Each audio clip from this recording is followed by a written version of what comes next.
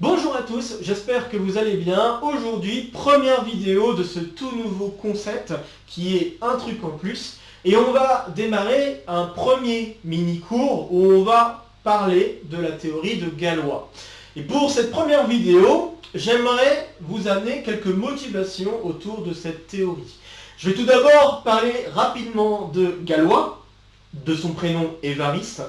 Bon papa, Benjamin, 2 secondes, je me permets d'intervenir parce que là, tu vas commencer à raconter une histoire de mathématiques et tu sais que tu n'es pas très fort quand il faut raconter des histoires concernant les mathématiciens. Et là, notamment, la preuve en a été pour la vidéo originale. Tu as fait des grosses bêtises, tu as dit des grosses âneries concernant Évariste Galois et c'est ce pourquoi nous avons ce re-upload et ce petit passage où j'apparais, Benjamin numéro 2, enchanté, et je vais me permettre de rétablir la vérité concernant Évariste Galois. Et ici j'ai quelques notes, histoire de ne pas perdre le fil de ce que je vous ai raconté. Donc Évariste Galois, il est né en 1811, il est mort en 1832, ce qui fait qu'il est mort à 21 ans, c'est très peu, hein, c'est très jeune pour un mathématicien reconnu. En fait, il a été surtout reconnu à titre posthume pour ses travaux.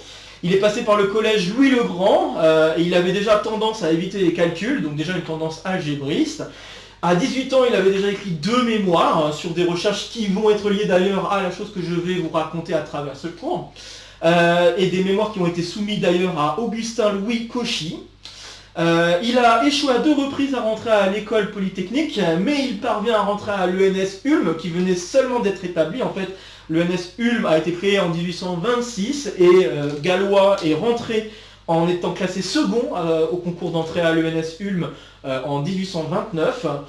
Malheureusement, pendant ces années à l'ENS, il n'était pas très discipliné. Bon, voilà, ça peut arriver. Et notamment, il a été affecté par la perte d'un de ses mémoires pour essayer d'obtenir un prix académique de mathématiques, ce qui l'a assez affecté. Il a participé à certaines révolutions, notamment la révolution de juillet 1830, qu'on appelle aussi les Trois Glorieuses. Bon, ça, j'en sais pas plus, hein. Je laisserai les historiens raconter un petit peu ce qu'il en est de ces Trois Glorieuses. Et il a été renvoyé des suites des critiques virulentes qu'il a déposées auprès de quelqu'un qui tenait une gazette auprès de l'école, et en fait qui finalement tenait un petit peu l'administration à l'école normale supérieure. Il a été viré en décembre 1830 de l'ENS Ulm. Cela ne l'a pas empêché à continuer ses travaux, mais il s'est surtout engagé dans la politique, et notamment du côté républicain. Il a été malheureusement plusieurs fois en prison, et il est aussi malheureusement mort dans des circonstances un peu tragiques, des suites d'un duel au pistolet en 1832. Il y a eu des rapports défavorables sur ses mémoires qui ont été produits par Poisson et Lacroix. Défavorable même si on l'encourageait quand même à continuer à développer sa théorie à travers ce rapport. Et on a aussi fait un parallèle avec des travaux qu'avait effectué un certain Abel. Et justement, petit à petit, je vais vous amener à ce gros théorème qui s'appelle le théorème d'Abel-Galois, qui sera notre fil conducteur pour ce cours. Donc un autre truc que j'avais dit totalement faux dans la vidéo originale, c'est le fait que Gauss était un contemporain de Galois, et il a même utilisé quelques-uns de ses travaux pour ses travaux à lui et un certain Wenzel, afin justement de démontrer certaines choses en lien avec les polynômes cyclotomiques et des questions de constructibilité de certains nombres, par exemple des nombres qui peuvent se construire à la règle et au compas, ce genre de choses. Il a en effet eu une influence certaine sur de nombreuses théories modernes comme la théorie des corps, ces choses-là ont été élaborées proprement par un certain Noether, une certaine Émile Noether. Et il y a eu une reproduction, et c'est ce pourquoi j'avais fait une référence dans la vidéo originale qu'il y avait eu 100 ans d'écart entre le moment où il avait écrit ses mémoires et le moment où on a pu le retraduire modernement. Donc il y a eu un peu plus de 100 ans d'écart, car en effet il a été reproduit au propre certains des mémoires de Évariste Galois par un certain René Taton en 1947. Ce qui nous a permis donc de mieux comprendre ce qu'il en était de sa théorie, retraduite donc à travers toutes les choses qui ont été établies entre les deux, entre le moment où Évariste avait écrit ses mémoires et le moment donc 1947 avec l'établissement des choses au propre, notamment les bourbakistes et tout ça. Et donc voilà, je pense avoir maintenant dit ce que j'avais à dire concernant l'histoire d'Évariste Galois. Donc Benjamin, je te laisse à nouveau la place pour reprendre la vidéo. Alors, je vais donc introduire la chose en passant par différents types d'équations, des équations dont vous connaissez les solutions, puis on va petit à petit avancer vers des équations qui sont beaucoup moins simples, dont il est assez difficile de donner les solutions, et arriver justement à des premiers exemples où ça va être peut-être le déclic et qui vont amener finalement à des résultats en tout cas importants, donc justement le résultat important que j'aimerais aborder à travers ce cours. Donc, je vais commencer par parler des équations polynomiales, alors qu'on soit bien clair. Ce que j'entends par équation polynomiale, donc une équation, ce que j'entends ici, c'est on a un polynôme dans K crochet X. Ici, K est un corps, donc vous pouvez penser au réel, vous pouvez penser au complexe, vous pouvez penser au rationnel, d'accord? Et l'équation polynomiale, c'est un truc de la forme P de x égale 0. Voilà. Donc je veux étudier ce type d'équation où P est un polynôme sur un corps K. Et donc, ce qui va m'intéresser, c'est notamment les solutions de cette équation. Et un truc qui a beaucoup embêté les mathématiciens pendant longtemps, c'était de résoudre ces équations, des équations polynomiales. Alors, je vais commencer par une des premières équations que vous rencontrez quand vous commencez tout juste à apprendre ce que sont les mathématiques. C'est bien sûr les équations du premier degré. Et les équations du premier degré, ça s'écrit ax plus b égale 0. Ok? Et donc, ici, je dois prendre A et B des éléments du corps. Alors là, je vous vois bien tout de suite. Quelles sont les solutions de cette équation? Ici, on n'a qu'une seule équation, enfin une seule solution, pardon.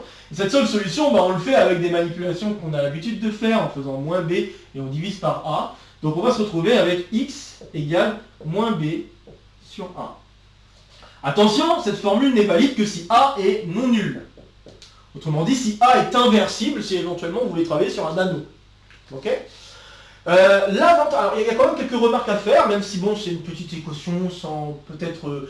on va dire qu'il n'y a pas forcément beaucoup de choses à en tirer d'une équation du premier degré. En tout cas, je pense que vous savez déjà beaucoup de choses, mais j'aimerais vous faire remarquer quelque chose d'assez intéressant, c'est que si j'ai A et B des éléments du corps, tant que A est non nul bien sûr, si j'ai A et B des éléments du corps, la solution est également dans le corps.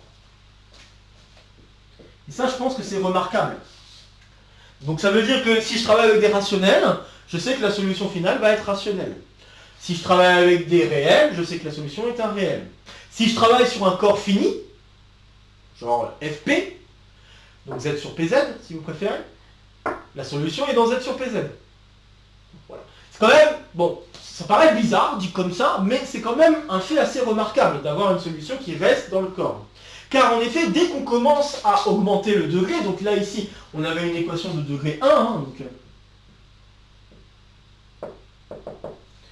qu'en est-il maintenant si on commence à augmenter le degré? Là, on va se retrouver avec des équations, encore une fois, que vous devriez connaître, si vous avez vu ça en première en fait, et en terminale éventuellement. Donc, on va rencontrer des équations du type ax carré plus bx plus c égale 0. Avec a non nul, et puis a, b, c, des éléments du corps. Alors ici, pour simplifier un petit peu, et pour vous rappeler 2-3 choses là-dessus, je vais prendre le corps comme étant les réels. Juste pour vous montrer un intérêt majeur, j'ai envie de dire, de tout ça. Donc, comment on résout ces équations du second degré? Alors, vous devriez me répondre direct, parce que vous l'avez appris comme ça, par systématisme. Je vais calculer un discriminant, delta. Mais d'où vient ce delta? Et je pense que ça ne ferait pas de mal de rappeler vite fait d'où ça vient.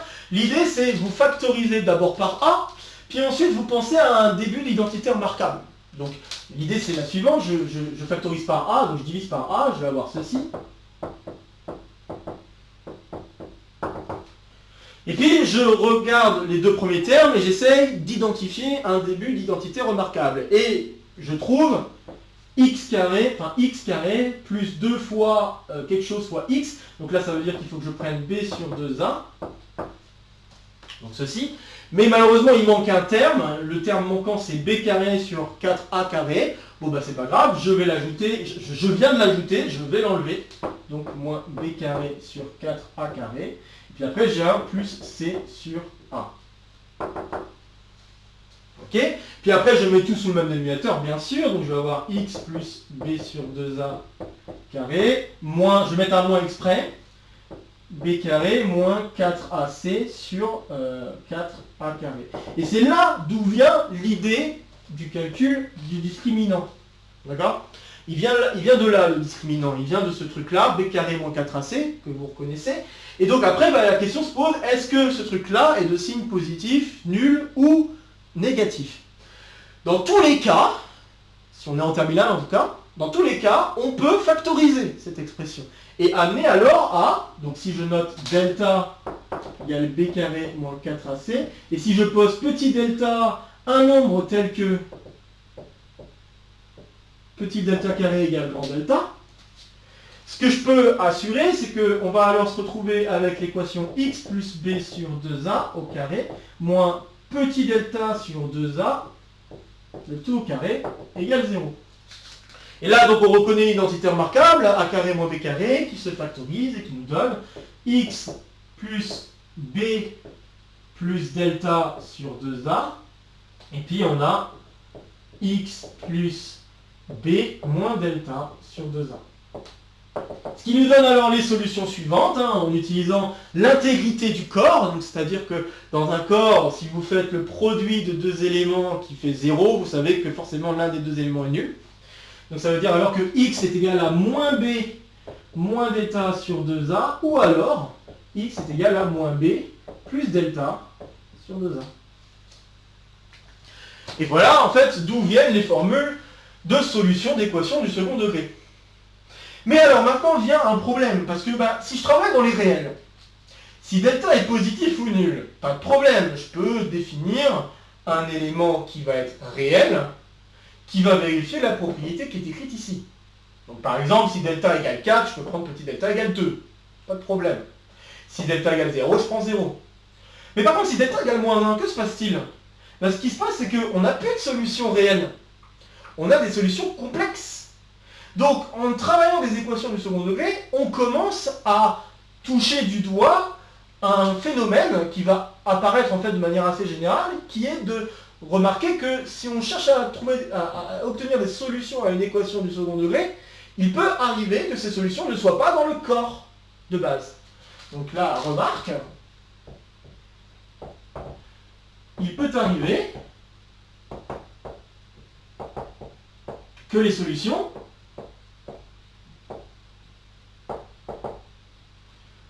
de l'équation n'appartiennent pas au corps. C'est tout à fait possible. Et donc là, par exemple, si votre delta est négatif, vous avez commencé avec des coefficients réels, vous arrivez à une solution qui est complexe. Alors là, ça me permet de faire une petite parenthèse aussi sur le fait qu'on amène donc à une question de travailler un corps qui est algébriquement clos. Alors c'est quoi dire que K est algébriquement clos? Ça veut dire que les solutions d'une équation, de n'importe quelle équation polynomiale à coefficient dans le corps, sont toujours dans K.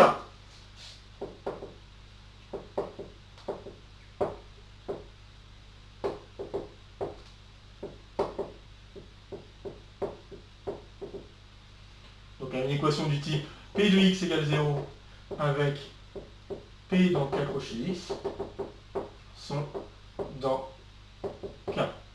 Et il y en a exactement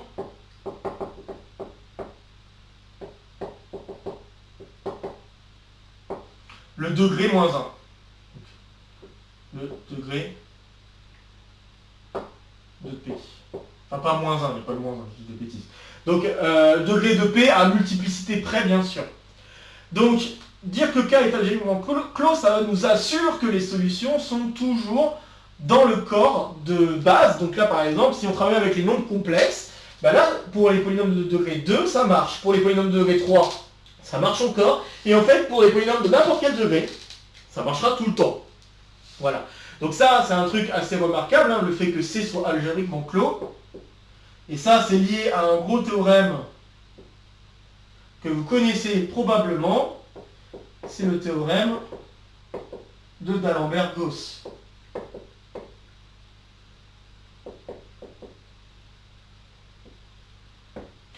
Je Je vous mettrai en référence un petit exo de code si ça vous intéresse de voir un peu plus en profondeur ce que c'est ce théorème et voir une preuve accessible en classe préparatoire. Donc, ce théorème de D'Alembert-Gauss nous permet de dire que le corps C est algébriquement clos, donc là on est plutôt content. Ok, ça voudrait dire que pour des polynômes de degré quelconque, on trouve toujours des solutions. Enfin, on trouve toujours. On sait qu'il existe toujours des solutions complexes. Les trouver, c'est une autre affaire. Car ici, vous avez aussi constaté qu'on a été obligé d'utiliser une racine carrée. Et là, va s'amener une question. Est-ce qu'on est toujours capable de résoudre des équations polynomiales en utilisant des opérations élémentaires du type additionner, soustraire, multiplier, diviser, ou utiliser des racines carrées sur les coefficients du polynomial lui-même? Car vous pourrez constater que finalement, les x ici que j'ai écrits, c'est toujours des expressions, donc les solutions que j'ai écrites là, sont toujours des solutions qui s'écrivent en fonction de ces opérations. D'accord? Il y a des divisés, il y a des additions, il y a des soustractions, et il y a de la racine carrée. Mais on pourrait généraliser à racine énième. Et donc vient alors la question d'avoir une équation résoluble par radicaux.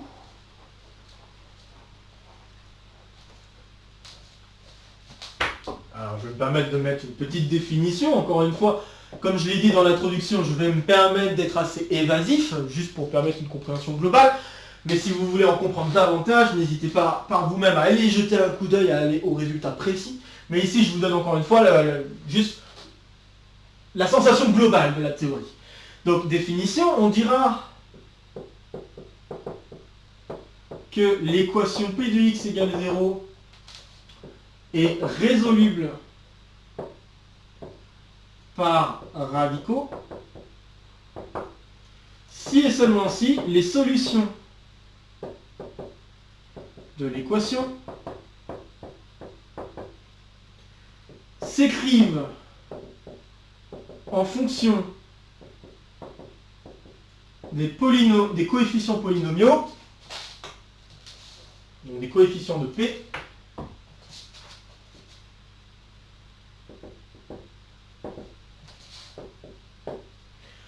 donc si et seulement si les solutions de l'équation s'écrivent en fonction de P, A et de 1, je vais préciser, et de 1, donc 1 étant l'unité du corps, et des opérations.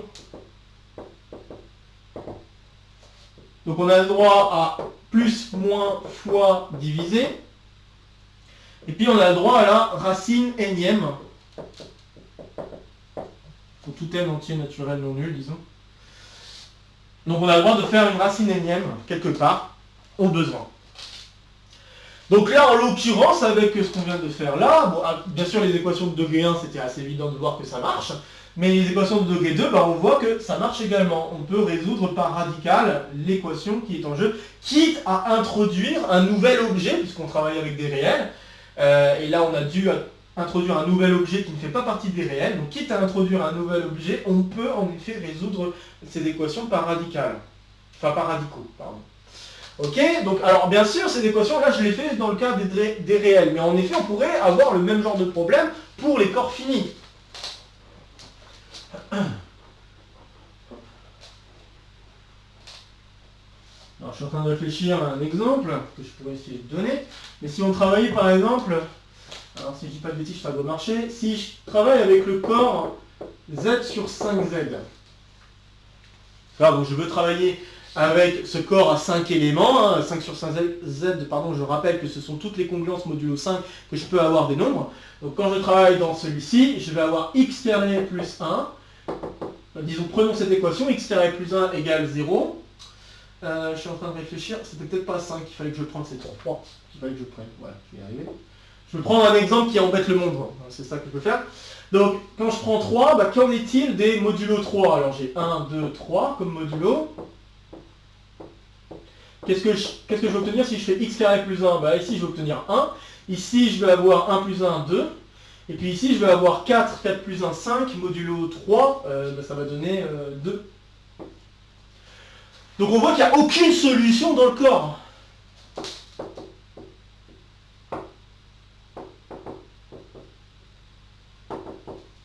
Mais qu'importe, dans ce cas-là, on peut introduire un nouvel objet qui serait en fait une solution de cette équation. Donc rien ne m'empêche d'introduire un nouvel objet,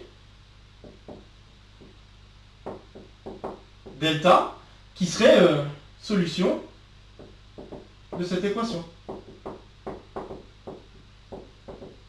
Et dans ce cas-là, on pourrait considérer le corps le plus petit possible qui contient à la fois lui et delta. Et bien ça, c'est exactement considérer ce qu'on appelle une extension de corps. Et ça va jouer un rôle assez fondamental dans la théorie, puisque bon, bah justement, par rapport aux questions qui se posent ici, étudier des extensions de corps, c'est primordial, car il faudrait se poser la question, quel est le degré de l'extension, donc autrement dit, quelle est la dimension, si vous voulez, de l'espace vectoriel qui est ici, par rapport au corps qu'on est en train de considérer. Donc là, dans cet exemple, ça serait de dimension 2. Bref, voilà, tout ça pour vous dire qu'on pourrait très bien travailler sur n'importe quel corps. Maintenant, je vais terminer en vous amenant aux résultats importants. Donc là, on a dit ce qu'il en était pour les polynômes de degré 1, on a dit ce qu'il en était pour les polynômes de degré 2. On va voir un petit peu ce qu'il en est pour les autres degrés. Donc si je travaillais avec des polynômes, et on va rester sur les réels pour simplifier, si je travaillais des équations de degré 3, donc les équations de degré 3, ça veut dire que j'ai une équation de ce style.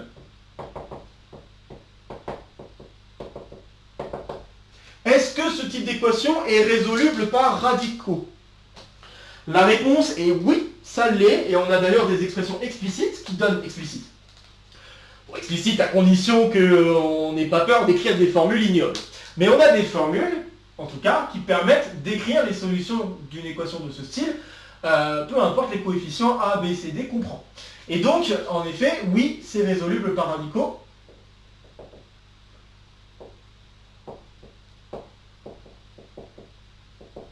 Et en fait, les formules, vous pouvez les trouver via ce qu'on appelle la méthode de Cardan.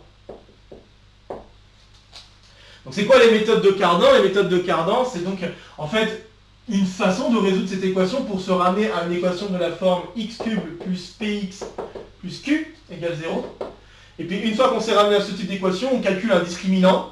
Et à la suite du calcul du discriminant, on va obtenir différentes possibilités. Soit on a une seule solution réelle et deux complexes qui sont conjugués, soit on va avoir une solution double plus une solution simple, ou alors on peut finir avec trois solutions réelles distinctes. Donc globalement, on a ces trois possibilités, et ces trois possibilités vont être obtenues à travers un discriminant dépendant de P et de Q. Pour passer de U à lui, c'est exactement la même idée de l'identité remarquable que je vous ai souligné avec le ax carré plus bx plus c. On regarde les deux premiers termes et on essaye de trouver une identité remarquable. Une identité remarquable, c'est-à-dire ici un développement d'un truc au cube. Un truc du style x plus quelque chose au cube. L'idée, ça serait ça. Et donc en voyant ça, là, hop, on va pouvoir manger le x carré qui est ici et le ramener en un seul truc au cube. Et donc se ramener à du px plus q comme je l'ai écrit ici. Donc il y a un moyen bien sûr d'écrire ce p et ce q en fonction donc, des coefficients de départ, pas de problème. Mais par contre le gros problème donc avec les méthodes de Cardan, comme j'ai dit, c'est des formules assez ignobles. Et les formules ignobles, ça peut donner des trucs du style, alors il y a un truc qu'on a vu d'ailleurs en exode code il y a longtemps.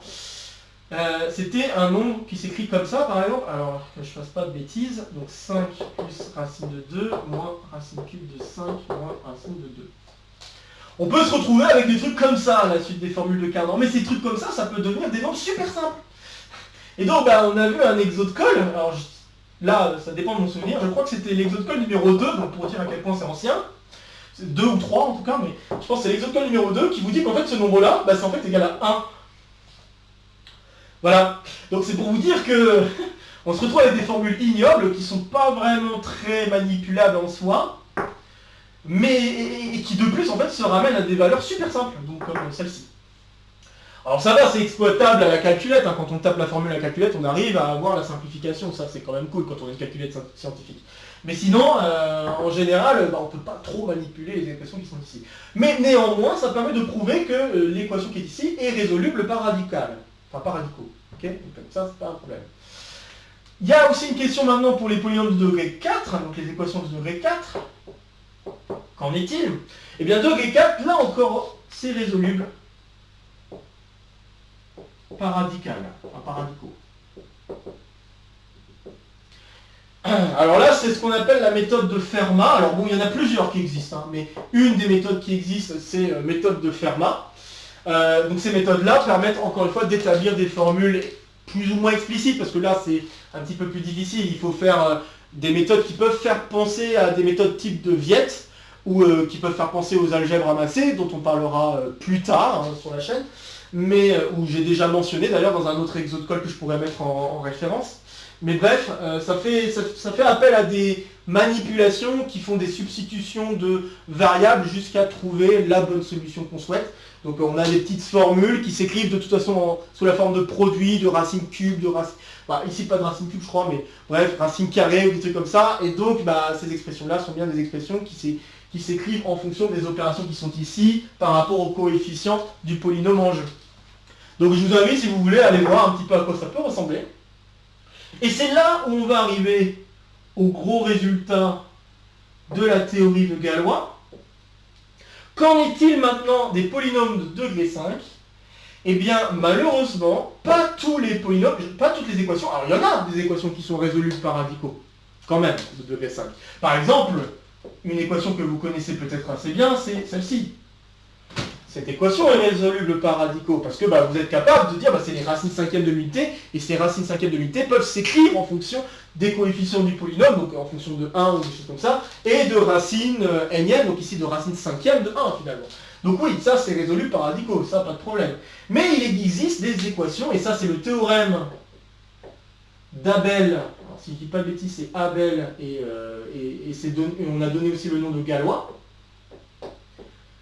Donc le théorème Abel-Galois qui dit, parce que Galois c'est justement ce qu'il énonçait dans son mémoire, mais malheureusement il n'a pas trop eu le temps d'amener les résultats jusqu'au bout. C'est ensuite Abel surtout qui a prouvé les choses, mais Galois avait amené déjà quand même cette idée-là. Donc le théorème d'Abel-Galois dit qu'il existe des polynômes, des équations polynomiales, donc j'ai écrit des équations, qui ne sont pas résolubles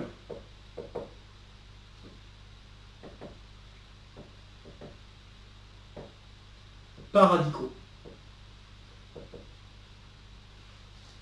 Voilà, et ça c'est un très gros théorème, je pense l'un des plus gros de toute la théorie de Galois. Alors bien sûr, après, plus tard, il y aura eu d'autres pendants de la théorie de Galois. Au lieu d'étudier des équations, on pourrait étudier d'autres trucs liés à Galois. Mais voilà, un des gros résultats qui résulte de cette théorie de Galois. Et donc l'objet des prochains cours que nous aborderons, ça va être de vous introduire les outils, parce que là j'ai commencé à en parler, notamment la question d'extension de corps, et puis 2-3 trucs liés aux équations que j'ai données, que j'ai résolues.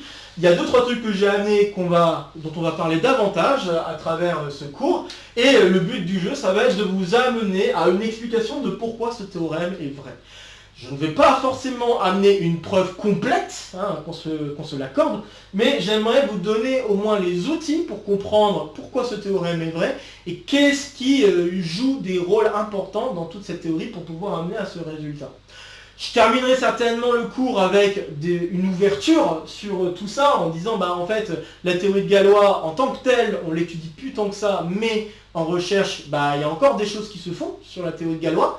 Donc c'est-à-dire que la théorie en tant que telle est close, mais il y a d'autres branches liées à cette théorie dans lesquelles on fait encore de la recherche aujourd'hui. Donc ça serait pour vous amener un petit peu à ce genre de choses. Et puis voilà, on verra bien comment les choses vont se goupiller. J'espère en tout cas que l'introduction que je vous ai donnée ici vous aura plu. Comme d'habitude, n'hésitez pas à partager la vidéo si vous connaissez d'autres camarades qui pourraient être intéressés par le contenu de la chaîne ou cette vidéo en particulier. N'hésitez pas à laisser en commentaire vos remarques, vos retours concernant ce premier épisode d'un truc en plus. J'espère que ça vous plaît comme format. Et puis si ça vous plaît, on continuera. De toute façon, il faut au moins que je finisse ce premier cours, donc on aura l'occasion de continuer un petit peu quand même. Mais ça serait cool d'avoir un peu de vos retours pour savoir un petit peu ce que vous en pensez. Comme d'habitude ici, ça sera pour me soutenir. Ici, ça sera pour vous abonner. N'oubliez pas d'activer la clochette. De nouvelles vidéos vont se proposer à vous pour continuer à faire le tour de la chaîne. Sur ce, je vous retrouve très vite pour de prochaines aventures mathématiques. Portez-vous bien et à très bientôt. Salut à tous!